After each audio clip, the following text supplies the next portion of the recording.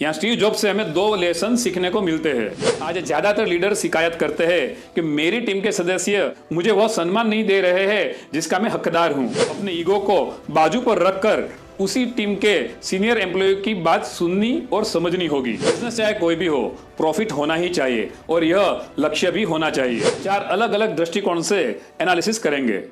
पहले कंपनी के एंगल से, बाद में नवनियुक्त प्रेसिडेंट के एंगल से, दोनों लीडर्स के एंगल से और चौथा स्टीव जॉब्स के एंगल से।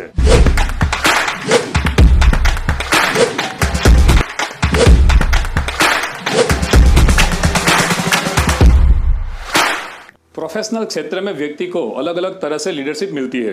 किसी को उच्च शिक्षा के बाद सीधी ही हायर पोजीशन मिल जाती है, तो किसी को वर्षों के अनुभव के बाद प्रमोशन के आधार पर, तो किसी को अपने पिता के व्यवसाय में विरासत के आधार पर लीडरशिप मिलती है। इस तरह एक टाइटल के साथ तो लीडर बनना आसान है, लेकिन लोगों के दिल और दिमाग पर राज करना वो अलग बात है। फिर यही कारण है कि आज एक अच्छा लीडर बनना और एक अच्छा लीडर ढूंढना बहुत मुश्किल है। दोस्तों, आज हम कॉर्पोरेट जगत के एक ऐसे वास्तविक केस स्टडी पर एनालिसिस करेंगे जिसके द्वारा हम लाइफ के, पीपल मैनेजमेंट के बेहद महत्वपूर्ण और बुनियादी सिद्धांतों को समझने का प्रयास करेंगे। 1985 में एक कंपनी फाइनेंशियल क्राइसिस का सामना कर रही थी।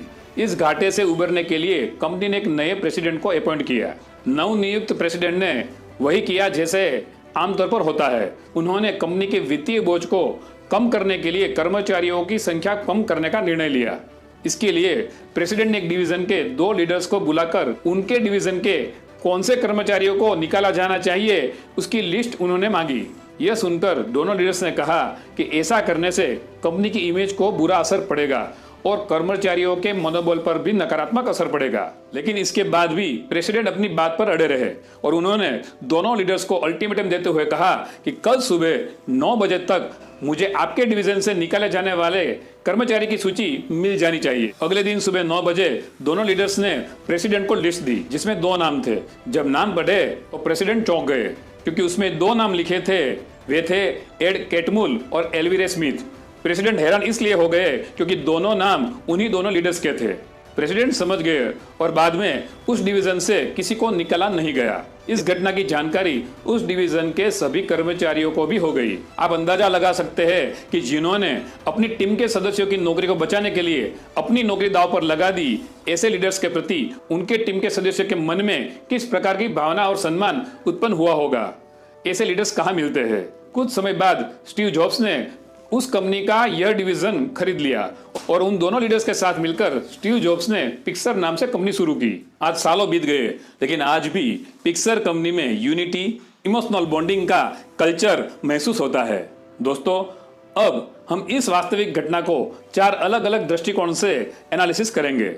पहले कंपनी के एंगल से, बाद में नवनियुक्त प्रेसिडेंट के एंगल से, दोनों लीडर्स के एंगल से और चौथा स्टीव जॉब्स के एंगल से। आइए सबसे पहले बात करते हैं कंपनी के नजरिए की।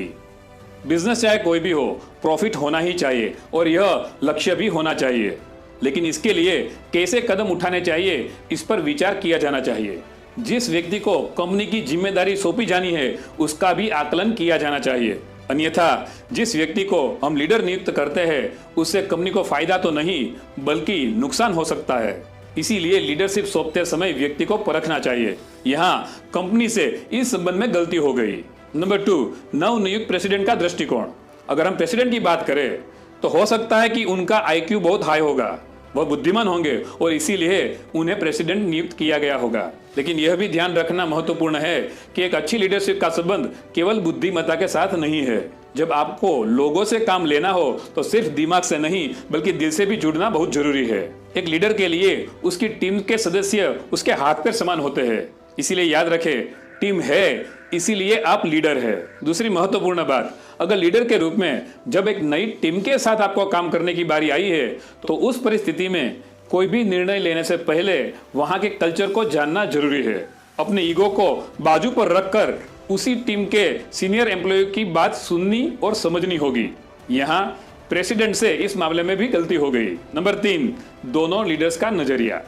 यहाँ एड और एलवी दोनों सच्चे लीडर थे क्योंकि उन्होंने केवल बुद्धि से नहीं पर भावना से भी काम लिया और यही कारण है आज कॉरपोरेट जगत में IQ की तुलना में EQ यानी इमोशनल क्वोशंट को भी अधिक महत्वपूर्ण माना जाता है। आज ज्यादातर लीडर शिकायत करते हैं कि मेरी टीम के सदस्य मेरा समर्थन नहीं कर रहे हैं, मैं जो कहता हूं वो नहीं करते, मुझे वो सम्मान नहीं दे रहे हैं जिसका मैं हकदार हूं।